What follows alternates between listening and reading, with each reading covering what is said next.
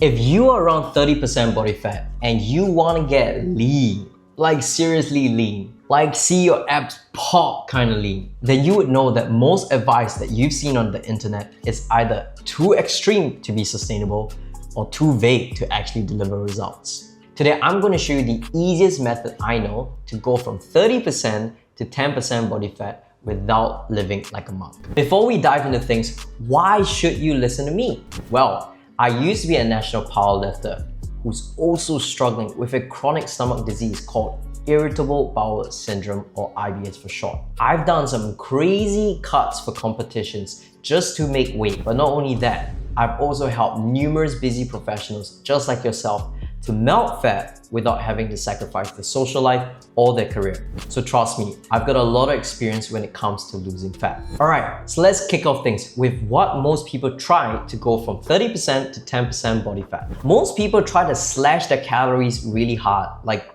more than half of the calories gone. They often try to do things like completely cutting out carbs or completely cutting out fat. They try to eat really clean with no structure, but it makes them feel good because at least they're trying. And they buy into the belief that there are fat burning workouts like F45, Barry's Boot Camp, or just some really intense HIIT sessions. And some people try to make it really mentally easy for themselves by thinking that, you know what, I don't need to count calories. I can just go about doing so and eventually get my result as long as I eat clean. But then they don't see the weight drop on the scale and they think to themselves, well, it doesn't work, I might as well just give up. See, you aren't the issue. Problem is that you just don't know what you're doing. And at its core, the reason why you don't know what you're doing is because most of the plans that you see online from YouTube, ChatGPT, or Google are usually made for people who have the time and who have the capacity to do everything and anything it takes to get the result. And oftentimes these plans are too extreme and really only work within a 3 or 6 month period. But it doesn't actually guarantee you the result long term. Now you want to think about fat loss like a thermostat and not a light switch. It is not a binary thing. It's not like you switch it on and off. It's a continuum. To what extent are you in a deficit? Most people turn that thermostat all the way down, thinking that a huge deficit is going to bring about the quickest results and get them that lean physique they've always wanted. But what happens when you turn the temperature way too low? Well, you start to get cold, you start to freeze, start to shiver. And in real life, what this looks like is that your hunger levels spike, your training quality suffers, your energy levels plummet, right? And you hate the entire approach. It is simply not sustainable. This is usually the thing that creates a lot of yo-yo diets long term.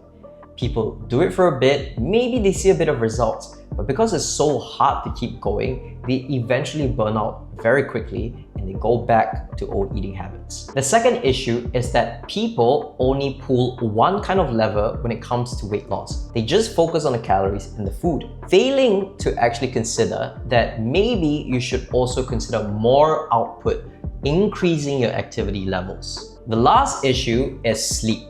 Your appetite isn't just about the calories you're consuming and the calories you are expending. In a controlled study where everyone was consuming the same amount of calories, restricting sleep from 8.5 to 5.5 hours resulted in less fat being lost, more muscle being lost, and hunger levels spiking. This shows that if you increase the amount of sleep debt that you have, what's going to happen is that it's going to very negatively impact your ability to have the ideal composition you want. So what can you get from all this? The old and tried methods of just going harder at it, just really guns a-blazing, going at it is not going to be successful for you. You're actually going to need a smarter plan that fits with your busy lifestyle. And here's what that process looks like in just 4 simple steps. Now, before we go into the steps, I'm gonna write out a contract with you that you have to agree within yourself before you watch the rest of this video.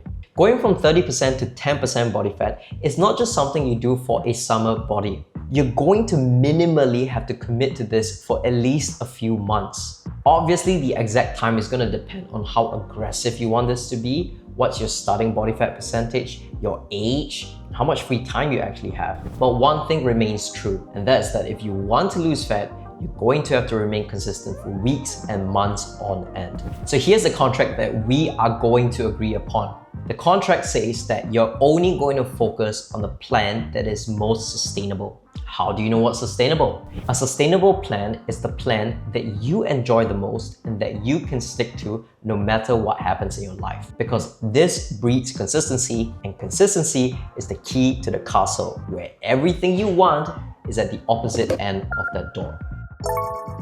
Also, if you'd like more evidence-based training and nutrition content like this, make sure to hit the subscribe and the like button so that the algorithm knows how to show this to other people who also are interested in this type of content. Now, let me give you the best visual analogy for this kind of transformation. Let's look at this transparent bag. This transparent bag represents your midsection, and the apples inside represent your abs. The problem is that when you gain too much fat, it builds up and it covers the apples, just like how this bag filled with water is completely covering the apples. But that doesn't mean your abs disappear. It's always there, it's always been there, and it always will be there. It's just that it's covered by all this water, all this fat. As we run my system and we drain the water,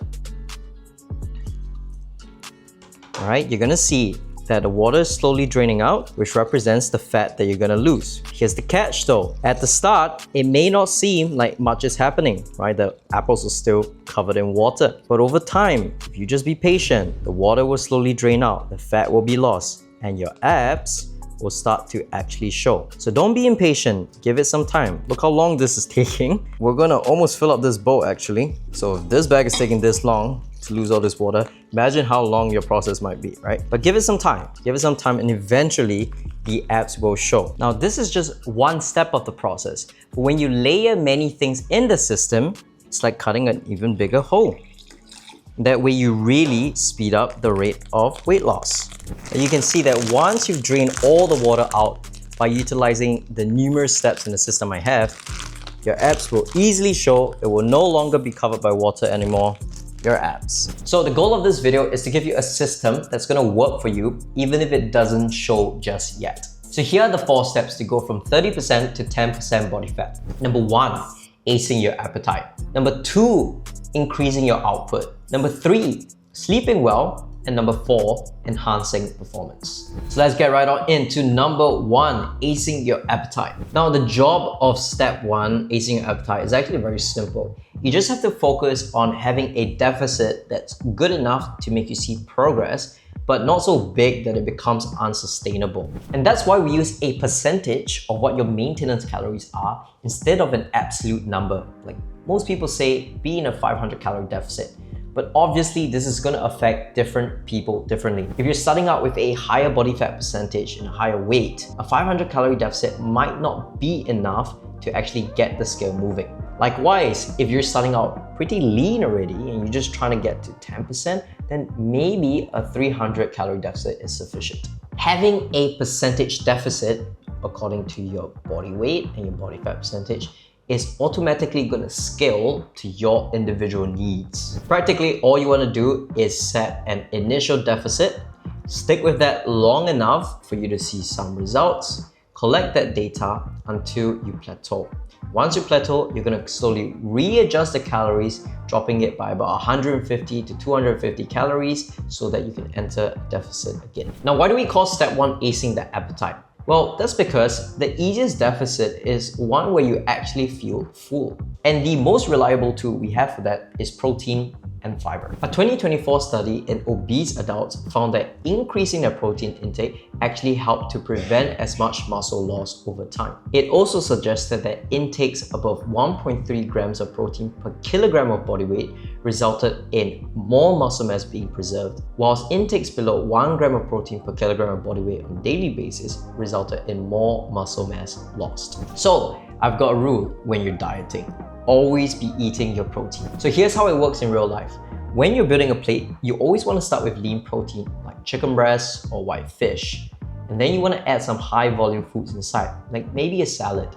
Now you want to be cautious about any hidden calories that might not keep you full, like oils, sauces. And this is why this step is actually superior to just cutting out carbs or cutting out fats like a keto diet or a Stillman diet, because you actually need a certain amount of carbohydrates or fats to maintain healthy bodily functions. Why do those methods like the keto diet or the Stillman diet still work? Well, the only reasons they work is because they inadvertently just put you in a deficit nonetheless, which is going to help you to lose fat. But at the same time, they're not sustainable because you're completely removing an entire macronutrient, which is just not good for your body. So your step 1 weekly actions are to choose a percentage deficit of your current body weight. You're also going to consume enough protein per gram per kilo. You're going to create 2 or 3 default meals that are easy to repeat and actually taste good. And you're going to collect your data enough and then review it on a weekly or bi-weekly basis. And if you don't know how to do any of this, you can watch this video right here, which is going to show you exactly how to do most of these steps. Step 2 is all about increasing your output, which is clocking in your steps, baby. Here's the key idea. If you only diet, then you're always going to be suffering. But if you increase your activity levels even just a little bit, your life actually gets so much better. And walking is the king of easy output because it's low stress, it's already what most people do, and it's very easy to recover from. In a study of walking interventions without making any changes to one's diet, walking programs produce a modest average weight reduction of about 1.27 kilograms, where longer walking programs led to more weight loss than shorter walking programs. I'm not quoting that walking alone is going to take you from 30% to 10% body fat, but it's kind of like getting a little XP boost in the game that's just going to help you achieve your results a whole lot quicker. Again, if you think about it, everyone already walks in their day if you're not handicapped, which means it's really built into what you do. So it's super low barrier to entry, there's not a lot of friction going on, and it's so repeatable and scalable that it's going to become such a consistent habit that you can execute every single day. So here's what you want to do. First, you're just going to measure your baseline steps in the health app like this. And then secondly, you just want to add a small amount of steps every single day. And it can just even be like 500 to 1,000 steps, which really is only going to realistically take you about 5 to 10 minutes more every single day. Thirdly, you're going to think about how to incorporate walking into the things that you already do. For example, you can walk in between sets while you're resting in the gym. You can pace around whilst you're waiting for the bus or the train. You can try and walk to work by alighting a bus stop earlier. You can try walking after a meal. And the list goes on.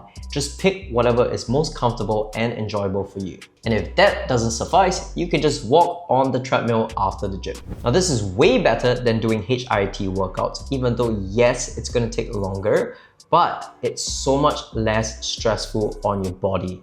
You're not doing an intense workout, and HIIT workouts have barely any added benefit compared to just walking. Now, step number 3 is sleeping well. People feel like sleep is an optional thing nowadays, which is why a lot of people age like ass and why the recovery is so bad. Remember that study I talked about earlier? People who didn't sleep as much ended up losing less fat and increasing their muscle loss. In order to get good sleep, 2 things must happen fundamentally. Number 1, you need to consistently wake up at the same time every single day. And number 2, you need to try and have a proper wind down routine right before you go to bed. The thing that we're looking for here is just predictability. You want to try and have a routine where you're always sleeping at the same time and waking up at the same time, ideally with at least 8 hours apart from these 2 timings. The problem is that a lot of people don't have this predictability, especially when they're doing like morning, afternoon or night shifts when it comes to their work. And so they just end up having a really bad sleep cycle, which ends up accruing their sleep debt. Now, sleep debt leads to a whole host of problems down the line. You end up again losing less fat, right? Increasing the amount of muscle mass you lose. You're not as motivated to go to the gym. You feel like shit when it's time to go to the gym. Your energy levels plummet. Your recovery is so poor and you're not able to go from session to session really pushing hard. And the list goes on and on. Sleep is one of the lowest hanging fruits that anyone can pluck. For the busy professional, a lot of them love to unwind by doom scrolling right before they go to sleep. So what I like to do to help my clients with this problem is I get them to use this app called Opel. Now, I'm not sponsored by the way, but what Opel does is that it basically limits the screen time that you have on your phone, which achieves a couple things. Number one, you end up killing that doom scrolling behavior right before you go to sleep, which produces a lot of blue light and keeps you awake. Number two, it helps to calm that nervous system down, which allows you to relax and go to bed on time.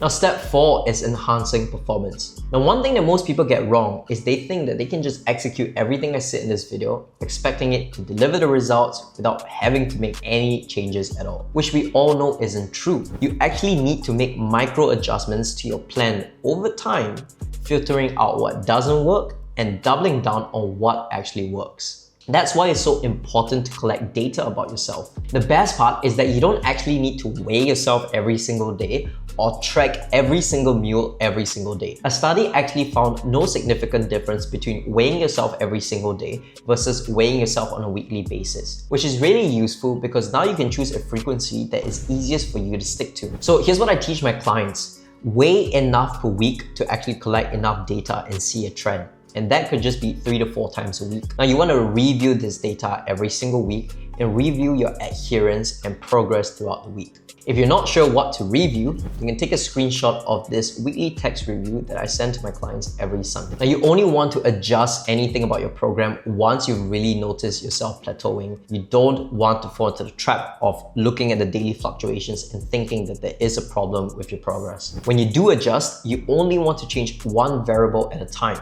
whether that is just removing the calories from a hidden source, like sauces and oils, or you want to increase your output when it comes to physical activity, such as walking more. Once you've adjusted, you're going to run this for another 2 weeks before you review again. Now, let's talk about supplements. As you guys know by now, supplements are not the be-all, end-all magic that you're looking for. The only supplements that I consider highest utility are the ones that actually help you to execute the fundamentals to the best of your ability. As we all know, number one, protein powder is going to be super useful for you if you're struggling to hit your protein intake. Number two, creatine, one of the most researched and highly effective supplements out there that's going to help you with increasing your energy production when it comes to ATP. It's going to make you last longer in the gym, push harder, hit your PRs, and it's also going to make your muscles look bigger because it pulls water into your muscle cells. Number three, caffeine, found in tea, coffee, or your favorite pre-workout. Caffeine is going to boost your cognitive function, make you a lot more alert, a lot more energetic, and a lot more driven to break those PRs in the gym and make sure that you get that sick pump. Every other supplement is optional. So let's recap the 4 steps. Step number 1 is acing your appetite. You just want to pick a percentage of your calories as a deficit and making sure that you're consuming enough protein and fiber in a single day so that you can increase your satiety, your fullness, make sure that you don't just eat whatever's in sight, right? Making sure that when you're consuming that protein, it's gotta be at least 1.3 grams per kilogram of body weight per day. And I would go even as high as 2.2 to 2.6 grams of protein per kilogram per day if you are leaner to begin with. Step number 2, increasing your output. Remember that walking helps tremendously with weight loss. It helps to keep your cardiovascular system fit, and it is the easiest, most repeatable and scalable form of cardiovascular exercises that you can do in order to support your weight loss progress. Step 3, remember to sleep well, because sleeping well reduces your hunger levels, it increases the amount of fat you're gonna lose, decreases the amount of muscle you can lose, improves your recovery, improves your performance. You know how it goes. Step 4, enhancing performance. Remember, you cannot just keep repeating the same things you did that got you down from 30% body fat to 25% body fat and thinking that that's going to get you from 25 all the way to 10% body fat, right? You actually have to make minor tweaks, minor modifications on a week-to-week basis if necessary so that you can keep making progress. And remember, collect data, because if you don't have any data, there is absolutely nothing to work with.